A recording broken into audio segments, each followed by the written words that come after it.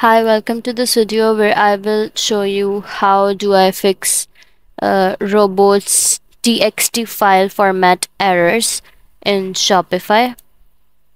So let's get started.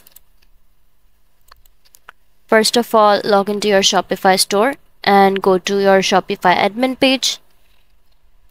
Now click on the online store button. After that, click on the themes button. Now click on the customize button. A drop down will appear, and from that drop down you have to click on the edit code button. So from this page, click on templates and then click on add new template button. So now create new template folder, copy the code, copy this code and paste it. So refresh your website and here you see the generic code of robots.txt. If you delete the code and go back to your website and refresh, you'll see again there will be no code.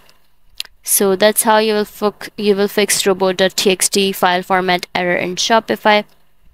That's all for this video. If you found this video helpful, please like and subscribe to our channel, and thank you for watching.